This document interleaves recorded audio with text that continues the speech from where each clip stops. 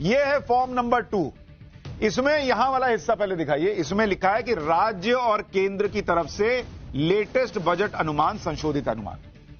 तो इसमें पहले से जो वोटर होगा उसको पहले से यह भरा हुआ मिलेगा कि अभी राजस्व प्राप्तियां कितनी है, मतलब जिस राज्य में चुनाव हो रहा है वहां पर कितना पैसा जो है वो राज्य के बजट के पास आता है, रेवेन्यू कितना है, तो ये रेवेन्यू आपके पास लिखा हुआ आपको मिल जाएगा।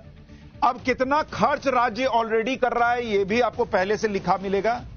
उस राज्य के ऊपर उधार कितना है ये भी लिखा हुआ मिलेगा।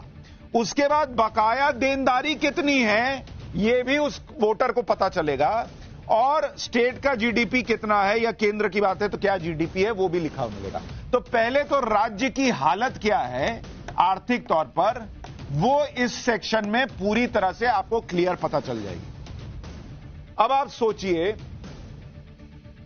कि किस तरह से एक हिस्सा यह पता चल गया, आपको पता चल गया कि पॉकेट में कितना पैसा है। अब दूसरी तरफ देखिए, यह देखकर नेताओं का बुखार छूट जाएगा। मैं बता रहा हूं क्यों, अब जरा इसको पढ़ते जाइए। अब यह जानकारी राजनीतिक दलों को देनी है। क्या जानकारी देनी है? चुनावी वादे जो आप कर रहे हैं उसके लिए कुल अतिरिक्त रकम कितनी लगेगी बॉस, सुन रहे हैं?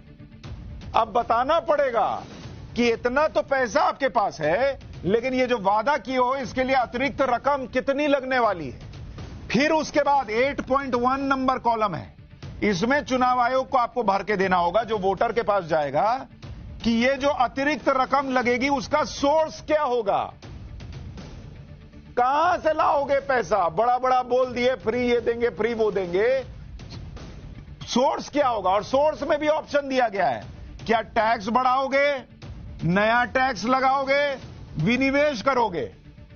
यानी आपको बताना होगा वोटर को। अभी तो मान लीजिए आप कह दिए कि हम ये कर देंगे, वोटर ने दे दिया, उसके बाद उसका लगता अरे ये तो टैक्स बढ़ा दिए, अरे ये तो एक्स्ट्रा टैक्स लगा दिए। नहीं, उसी वक्त बताओ वोट लेने के पहले कि टैक्स बढ़ाओगे, एक्स्ट्रा टैक्स लगाओगे या विनिवेश करोगे, या फिर यह बताओ कि खर्चों में कटौती करोगे, कहां से करोगे वो बताओ, या अतिरिक्त उधार लोगे वो भी बताओ, या कोई अन्य तरीका है तो वो भी बताओ। कोई जादू की छड़ी रखे हो तो घुमाने वाले हो तो वो छड़ी के बारे में बताओ।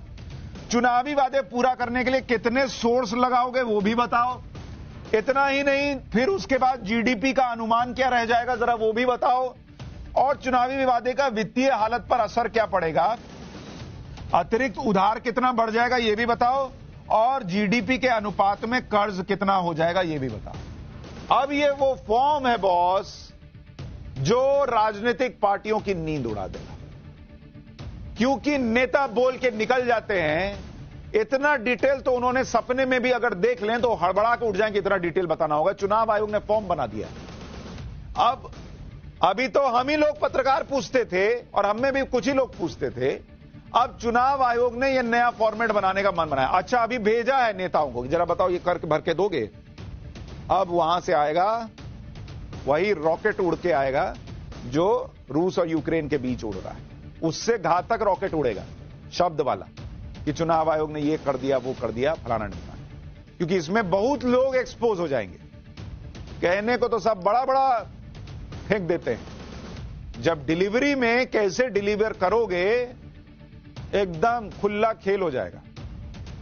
चुनाव आयोग ने यह फॉर्मेट सभी मान्यता प्राप्त राजनीतिक दलों को भेज दिया है ताकि वो 19 अक्टूबर तक इस पर अपनी राय दे सकें। इसके बाद चुनाव आयोग मॉडल कोड ऑफ कंडक्ट के पार्ट 8 के सब पैरा 3 के सेक्शन 3 को संशोधित करेगा। अगर राजनीतिक दलों की तरफ से कोई जवाब नहीं आया तो यह मान लिया जाएगा कि राजनीतिक दलों को इस पर कुछ नहीं कहना है। तो कुछ नहीं कहना तो हम जो करना कर देंगे, तो इसलिए तो कहना ही पड़ेगा। और जब कहेंगे तो जो विरोध करेगा वो फंसेगा, जो विरोध नहीं करेगा वो डबल फंसेगा। तो ऐसा चकरघिन्नी बना दिया है चुनाव आयोग कि कई नेता जो हैं वो फ्री जो राजनीति करते थे, जो भी अलग अलग पार्टी के, वो सब फ्री में फंसने वाले हैं।